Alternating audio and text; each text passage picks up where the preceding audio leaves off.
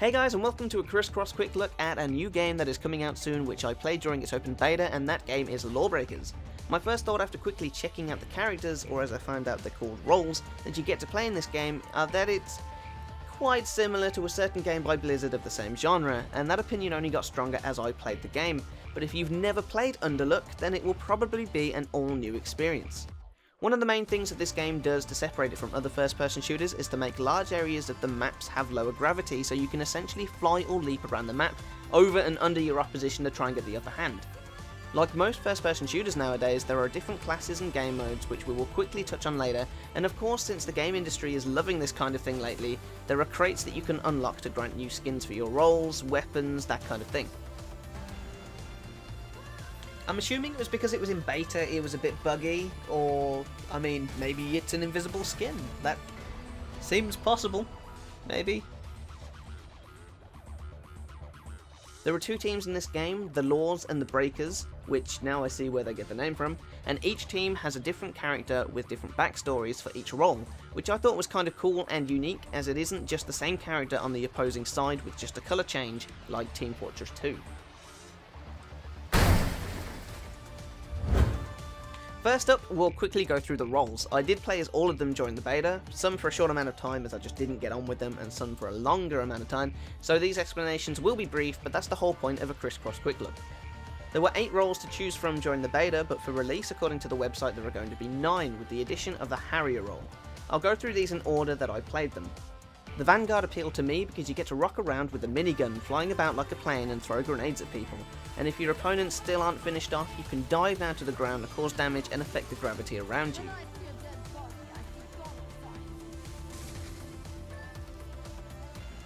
I played Enforcer next, which I compared to the typical assault class. You have an assault rifle and a pistol, as well as being able to move faster around the map and use EMP grenades to disable enemy abilities.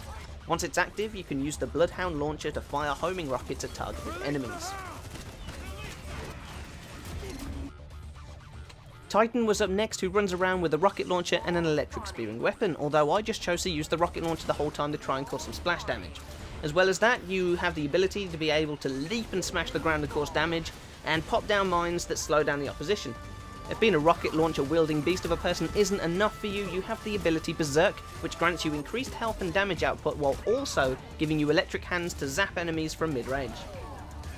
I played this next role for the least amount of time, and that is Assassin. As cool as this role sounded to me, it just didn't suit the map and game mode that I was playing at the time, and I kept getting the same ones during matchmaking.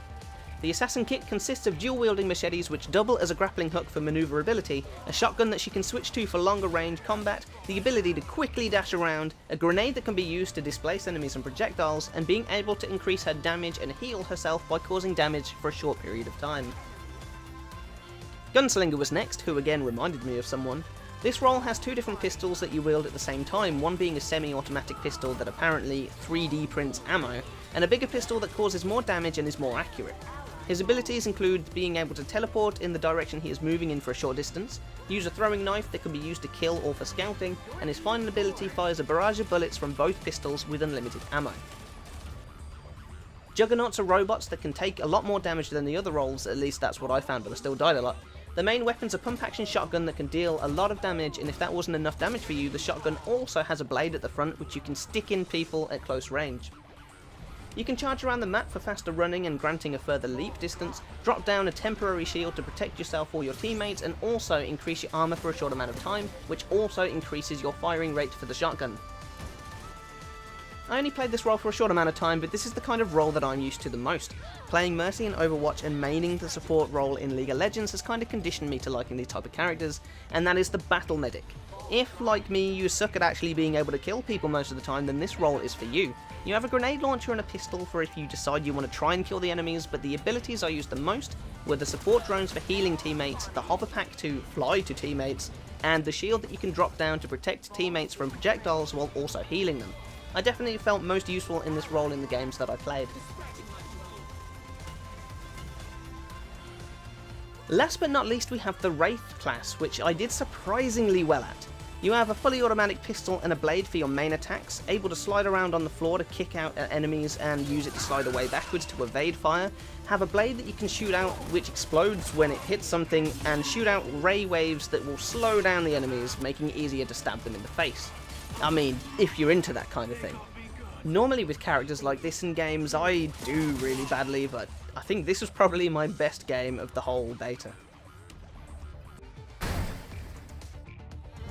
There are 4 game modes in this game, so if you're tired of the standard running around shooting and killing enemies or being killed by them, you can jump into another game mode that may challenge you a bit more, or you may find to be a bit more fun. The one that matchmaking put me in the most of the time was Blitzball, a mode where both teams have to get the Blitzball and get it to the enemy goal area. A fun game mode, but if you're playing a slow roll then you're best off just sitting at the goal to defend it, as you can't really chase after the faster rolls if they have the ball. Also, you may find the voice of the ball a bit familiar. Here we come with the Blitzball! The uplink game mode is similar to attack and defend type of game modes where there is a single objective on the map and you have to pick it up and carry it back to your base to download some files, then defend it for a certain amount of time so that the enemy can't steal it. The team that does this 3 times wins.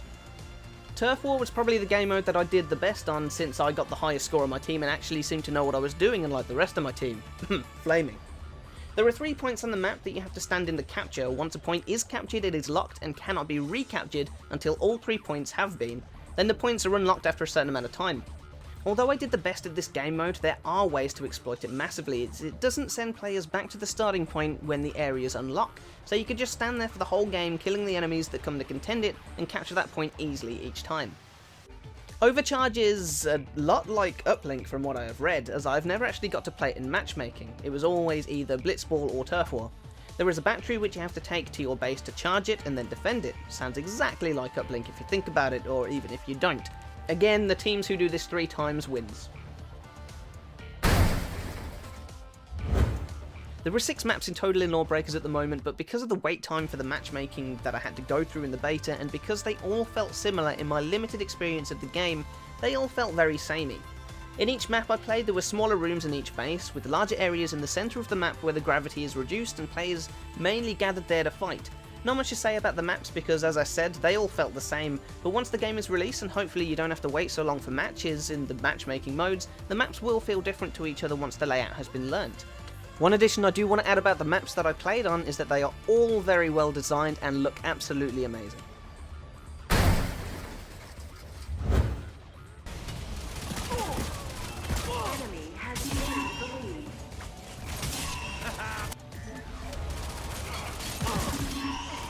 They got me good. 3, 2, 1. The ways that the roles work and the general feel and speed of the matches. Maybe it was just because it was in beta, but the matchmaking system wasn't the best that I've ever seen, placing brand new people with people that have obviously been playing it for the whole weekend with higher levels. But I guess that would be put down to the fact that there were going to be limited amount of people playing it, so I'm not going to hold that against them. The graphics are very, very nice, and they haven't gone with the cartoony styled, bright coloured scheme that the popular Blizzard game first-person shooter chose to go for. So it was a nice change to have a dark, gritty look to it, almost as if you were playing Doom in those game modes. Okay, maybe not that far, but hopefully you get the idea.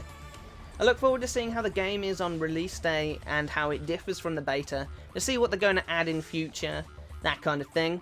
I hope you've enjoyed the brief look at LawBreakers, guys and gals. If you have enjoyed the video, please like and subscribe, and if you think other people would benefit from giving this a watch, don't hesitate to give it a share. I am ChrissCross. This has been one of, if not the first, ChrissCrossQuickLook.